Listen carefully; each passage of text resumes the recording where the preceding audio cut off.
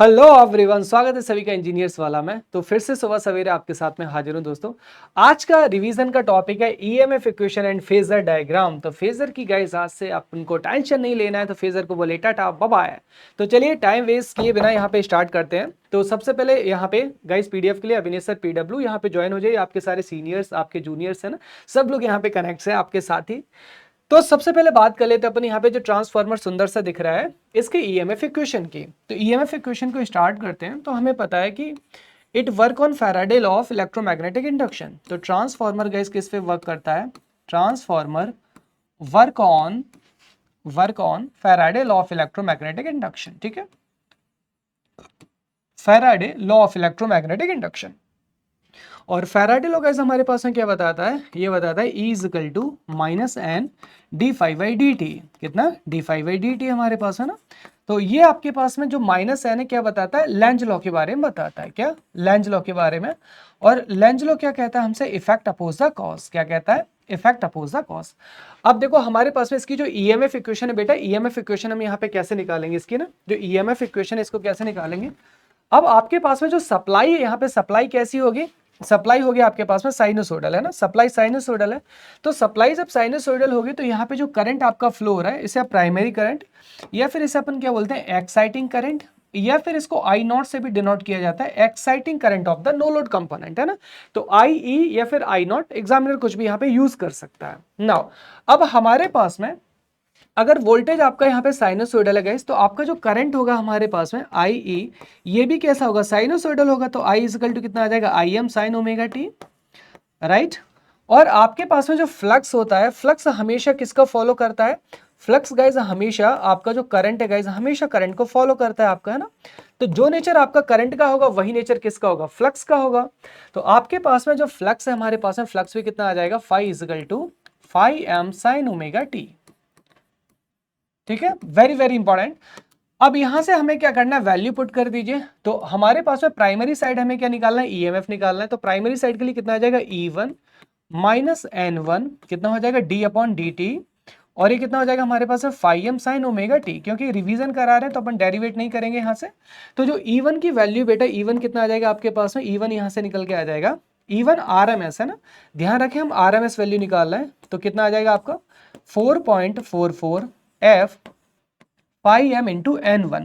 तो ये हमारे पास में क्या निकल के आ गया? प्राइमरी साइड की जो ईएमएफ इक्वेशन है निकल के आ गई। सिमिलरली अगर हम बात करें सेकेंडरी साइड है ना, अगर हम बात करें सेकेंडरी साइड, तो आपके पास में जो E2 होगा, E2 कितना आ जाएगा? Similarly 4.44 f phi m into कितना हो जाएगा बेटा? N2 हो जाएगा। तो ये हमारे पास में क्या आ गया? सेकेंडरी साइड का ईएमएफ आ गया ना। Now take the ratio. आप एक काम करो, यहाँ पे दोनों का रेशियो निकाल लो। यहाँ से एक बहुत इंपॉर्टेंट चीज निकल के आ जाएगी। तो अगर हम यहाँ पे E1 अपॉन E2 का रेशियो निकालते हैं तो आपके पास में कितना आ जाएगा? 4.44 f phi m into N1। और ये आपके पास में कितना आ जाएगा यहाँ से? तो ये आ जाएगा आपके पास में 4.44 F five M into N2, ये निकल के आ जाएगा। तो अब यहाँ पे हमारे पास में ये तो कैंसिल आउट हो गया है ना। तो आपके पास में E1 अपॉन E2 क्या बचा हमारे पास में? E1 अपॉन E2 आपके पास में आ गया N1 अपॉन N2। कितना आ गया? N1 अपॉन N2 आ गया। कितना आ गया?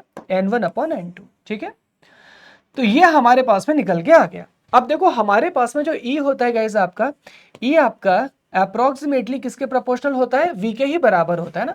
तो ये क्या होता है गाइस हमारे पास है? E जो हमारे पास है E, ये आपका अप्रोक्सीमेटली सप्लाई वोल्टेज के इक्वल लेते हैं। तो हमारे पास में कितना निकल के आ गया?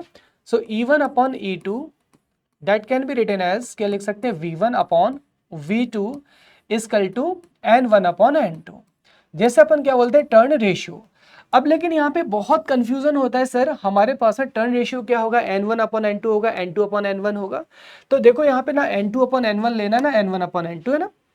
तो अगर आपको एग्जामिनर कुछ भी ना कहे तो अकॉर्डिंग टू IEEE, तो हमारे पास में जो IEEE होता है गाइस, तो अकॉर्डिंग टू IEEE, तो IEEE के अकॉर्डिंग जो टर्न रेशियो होता है क्या होता है गाइस हमारे पास में? ये होता है number of turns in the high voltage winding, number of turns in the LV winding, है ना। कंफ्यूजन को टाटा बाय बाय करो।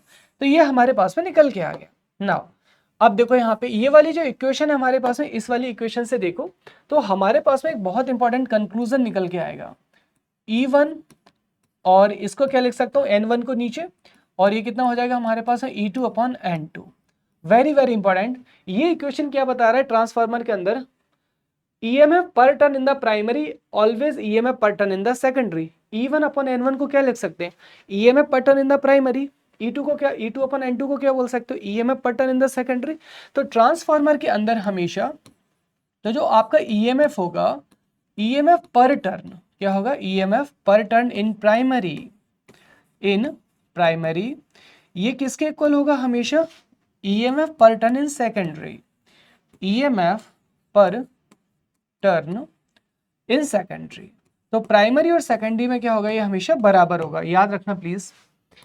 नाउ अगला देखो हमारे पास है, अगर हम यहाँ पे जो टर्न रेशियो गैस करंट के टर्म्स में निकालते हैं तो हमारे पास करंट के लिए कितना आता है, ये गैस रेसिप्रोकल आता है। तो I1 अपॉन I2 कितना आ जाएगा हमारे पास है, ये आ जाएगा आपका N2 अपॉन N1। अगर अपन करंट के लिए निकालते हैं तो करंट में क्या आता है हमारे पास है, रेसिप्रोकल आपका निकल के आ जाता है। अब देखो ये जो इक्वेशन है हमारे पास है, इस इक्वेशन को ध्यान से देखो, और यहाँ से हमारे पास में इस इक्वेशन को अगर मैं मल्टीप्लाई कर लूँ तो यहाँ पे हमारे पास में कितना आ जाएगा, I1 N1 कितना आ जाएगा हमारे पास में, I2 N2। अब देखो ये जो हमारे पास में इक्वेशन निकल के आई वंस अगेन, ये बहुत ही यहाँ पे एक सिग्निफिकेंस हमें बता रहा है कि जो ट्रांसफार्मर है, ट्रांसफार्मर के अंदर क्या होगा आपके पास में, प्राइमरी एमएफ किसके इक्वल होगा, सेकेंडरी एमएफ के equal. So in everywhere every transformer, हमेशा याद रखो आपका जो प्राइमरी एमएमएफ होगा, प्राइमरी एमएमएफ हमेशा किसके इक्वल होगा, जो सेकेंडरी एमएमएफ है हमेशा सेकेंडरी एमएमएफ के इक्वल होगा। यानी कि एमएमएफ हमेशा कैसे होते हैं ट्रांसफार्मर में, बैलेंस होते हैं। अब यहाँ पे देखो थोड़ा सा हल्का सा डिफरेंस है, ईएमएफ पर टर्न और एमएमएफ है ना, तो ईएमएफ पर टर्न बराबर होते हैं और यहाँ पे प्राइमरी एमएमएफ और सेकेंडरी एमएमएफ ये आपके पास में इक्वल होते हैं। तो डोंट बी कंफ्यूज्ड, है ना, क्वेश्चन को ध्यान से अटेम्प्ट करना है। नेक्स्ट है फेजर डायग्राम। भाई फेजर डायग्राम से एक आध क्वेश्चन तो आपका 101% आना है। अभी देखो 2 मिनट में बनाना सीख जाओगे। तो फाई इक्वल टू कितना आ रहा था, पाई एम साइन ओमेगा टी, है ना। अब जब यहाँ पे गैस इसको अपन डेरिवेट करते हैं ना, तो जो ईएमएफ होता है हमारे पास है E1, इसकी वैल्यू कितनी निकलती है, के कांस्टेंट ले लिया sign omega t minus pi by 2। Foundation batches जिन्होंने किए ये सारी चीजें उनको डिटेल में बताइए, तो आप लोग यहाँ पे समझ रहे होंगे। हालांकि यहाँ पे अभी सिर्फ आप इतने से काम चला सकते हैं रिवीजन शॉर्ट में। तो ये हमारे पास है 2 इक्वेशन, है ना। नाउ अब यहाँ से आप क्या करो कि जो आपके पास है फ्लक्स है ना, फ्लक्स को यहाँ पे कह लो फटाफट से रेफरेंस ले लीजिए। तो हमने अपने पास में जो फ्लक्स है बेटा, फ्लक्स को यहाँ पे क्या ले लिया, रेफरेंस ले लिया। अब देखो फ्लक्स कितना है, phi m sine omega t, और यहाँ पे कितना है sine omega t minus pi by 2। तो माइनस हमेशा क्या बताता है, लैगिंग को बताता है। किसको, जो माइनस होता है माइनस किसको बताता है, लैगिंग को बताता है। तो इसका मतलब जो फ्लक्स होगा हमारे पास है, अपने ही फ्लक्स है ईएमएफ कहाँ पे मिलेगा, 90 डिग्री लैग बिहाइंड पोजीशन पे, और ये हर जगह वैलिड होता है। तो 90 डिग्री लैग बिहाइंड पोजीशन पर हमें क्या मिल जाएगा, E1 मिल जाएगा। तो पहला पॉइंट हमारे पास में क्या आ गया कि आपका जो ईएमएफ है हमारे पास है, ईएमएफ क्या करेगा, अपने ही फ्लक्स से 90 डिग्री लैग बिहाइंड पोजीशन पे मिलेगा। ठीक है ना। दूसरा देखो गाइस, हमारे पास में क्वेश्चन पूछा जाएगा कि जो आपका E2 होगा, E2 कहाँ मिलेगा। अब एक चीज बताओ, E1 और E2 सेम हमारे पास है फैराडे लॉ के अकॉर्डिंग आ रहे हैं ना, फैराडे लॉ के अकॉर्डिंग आ रहा है ना। तो सेकेंडरी साइड में भी तो ईएमएफ की सेम इक्वेशन जाएगी हमारे पास में। तो आपके पास में जो E1 और E2 कहाँ पे मिलेंगे बेटा, सेम लाइन पे मिलेंगे। तो नेक्स्ट क्वेश्चन यहाँ से बनेगा कि what is the phase difference between E1 and E2, कितना आएगा, 0 डिग्री। तो E1 और E2 कहाँ पे रहेंगे, सेम फेज पे, और इनके बीच का डिफरेंस 0 आएगा। ठीक है नाउ सेकेंडली देखो गाइज, हमारे पास में ये क्या होता है आपका, E इज इक्वल टू कितना होता है, minus N D five by D t. तो ये माइनस हमारे पास में क्या बताता है, लेंज लॉ के बारे में बताता है, और लेंज लॉ कहता है कि इफेक्ट अपोज द कॉज। तो ये जो हमारे पास में E1 होगा, ये किसका अपोज करेगा गाइस, ये V1 का अपोज करेगा। यानी कि E1 कितना होगा, minus of V1, magnitude almost equal होगा but it is opposite in a phase. तो यहां से हमारे पास में जो आपका V1 होगा वो कहां पे मिलेगा, इससे जस्ट अपोजिट फेज में। कहां पे मिलेगा, जस्ट अपोजिट फेज में। तो ये आपके पास में क्या आ गया, E1 equal to minus of V1। Very very important. अब वो आपसे पूछेगा कि जो हमारे पास सप्लाई वोल्टेज है, ये लैग करेगा कि लीड करेगा ना। तो आप देख सकते हैं आपका जो मेन फ्लक्स है, मेन फ्लक्स से सप्लाई वोल्टेज हमेशा कहां पे मिलता है, लीडिंग पोजीशन पे मिलता है। कहां पे मिलता है बेटा, लीडिंग पोजीशन पे यहां पे मिलता है। तो आपका यहां पे जो V होगा, V क्या करेगा, इसको लीड करेगा। तो ये जो फेजर के पॉइंट्स हैं, इनमें से एक क्वेश्चन आपको पक्का देखने को मिल जाएगा। तो फटाफट से यहाँ पे इसको मैं समराइज कर देता हूँ इस पॉइंट्स को। तो आपके पास में जो E1 और जो E2 हमारे पास में, तो E1 और E2 क्या कर रहे हैं हमारे पास में, E1 एंड E2 ये क्या कर रहे हैं गाइस हमारे पास में, they are lags the main flux by 90, है ना, 90 डिग्री से इसको लैग कर रहा है हमारे पास में ना। और E1 और E2 कहाँ पे हमारे पास में, E1 and E2 in same phase, आपके सेम फेज में मिलेंगे, सेम फेज, ठीक है। वाइल अगर हम बात करें यहाँ पे कि आपके पास में जो V होगा हमारे पास में, तो V1 क्या करेगा यहाँ पे, supply voltage, so V1 leads the supply by V1 leads the flux by 90 degree, very very important guys. इनमें से आपको जो फेजर्स है गाइस, फेजर्स में से एक ना एक पॉइंट आपको 100% देखने को मिल जाएगा। नाउ फटाफट से देख लेते हैं हमारे पास में जो ट्रांसफार्मर है, ट्रांसफार्मर की केवीए रेटिंग, और केवीए रेटिंग में क्यों होता है।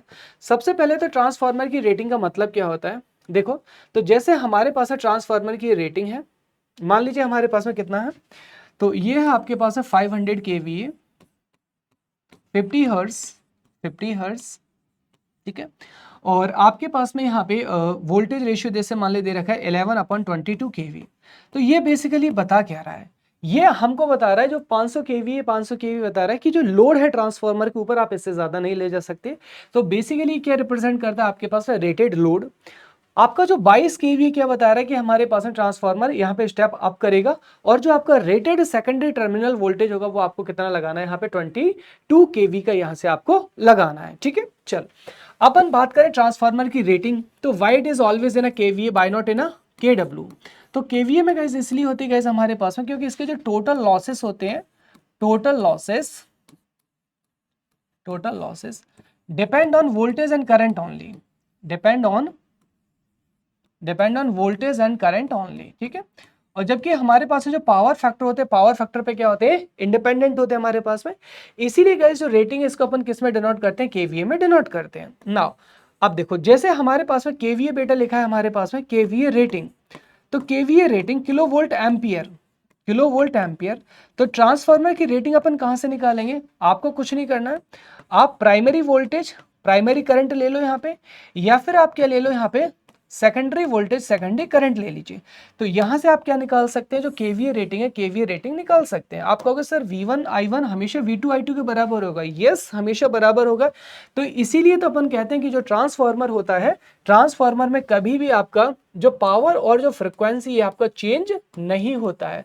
तो पावर और जो फ्रिक्वेंसी हमारे पास में हमेशा ट्रांसफार्मर में कैसे रहते हैं, कांस्टेंट रहते हैं। आप कहोगे सर यहाँ पे पावर कांस्टेंट क्यों रहेगी, देखो मेरे लाल, इनपुट और आउटपुट ट्रांसफार्मर में एक्सचेंज हो सकते हैं, यानी कि आपका स्टेप अप स्टेप डाउन की तरह काम कर सकता है और वाइस वर्सा। तो यहाँ पे जैसे मान लीजिए हमारे पास स्टेप अप है ना, तो स्टेप अप होगा बेटा, जो वोल्टेज क्या होगा हमारे पास में, हाई होगा, करंट कैसा होगा, लो होगा हमारे पास है। इसका उल्टा अपोजिट साइड आ जाएगा हमारे पास है, तो वोल्टेज अगर लो होगा हमारे पास है तो करंट कैसा होगा, करंट आपका हाई होगा, क्योंकि टर्न रेशियो उल्टा होता है। तो देखो ये एक दूसरे के साथ में वोल्टेज और करंट हमेशा कैसा करते हैं, बैलेंस करते हैं, क्या करते हैं, तो करंट और वोल्टेज एक दूसरे को बैलेंस कर लेते हैं। इसीलिए गाइस हमारे पास में जो ट्रांसफार्मर में वोल्ट एम्पियर जो हमारे पास में है, वोल्ट एम्पियर हमेशा कैसा रहता है, आपका कांस्टेंट रहता है, ठीक है। चलिए फटाफट से इसके ऊपर कुछ क्वेश्चन करते हैं। तो आपका दो एसएससी जेईई 2023 में पूछा गया कि आपके पास ट्रांसफार्मर की ईएमएफ इक्वेशन कौन सी होगी। तो अब इसके बारे में तो कुछ कहने की जरूरत है ही नहीं है, तो हमने अपन देखा था यहाँ पे कितना E इक्वल टू कितना होता है 4.44 F 5M इंटू N1 अगर प्राइमरी साइड ले रहे हो, सेकेंडरी साइड N2 है ना। आपका इस तरीके से भी पूछा जा सकता है, B इक्वल टू कितना होता है हमारे पास में 5I होता है हमारे पास है ना। तो अपन यहाँ पे 5M की जगह क्या प्लेस कर सकते हैं, 5M की जगह अपन यहाँ से जो BM है BM इंटू ए भी प्लेस कर सकते हो यहाँ पे, ठीक है। तो राइट आंसर क्या हो जाएगा हमारे पास में, आपका इसके टर्म में दे रखा है तो आपका ऑप्शन सी आ गया। अगला, which of the following is correct for step down transformer, क्या दे रखा है 2024 में पूछा गया है। तो देखो अभी अभी जस्ट आपको मैंने एक्सप्लेन किया था, स्टेप अप हो स्टेप डाउन हो कोई फर्क नहीं पड़ता, हमारे पास में V1 I1 ऑलवेज किसके इक्वल होगा, V2 I2 के इक्वल होगा। तो आपके पास में राइट आंसर क्या हो जाएगा, input volt ampere output volt ampere के बराबर हो जाएगा। चलिए so thank you so much everyone guys, अगले लेक्चर में मैं आपके लिए लेकर आऊंगा equivalent circuit of transformer. Thank you, bye bye, take care.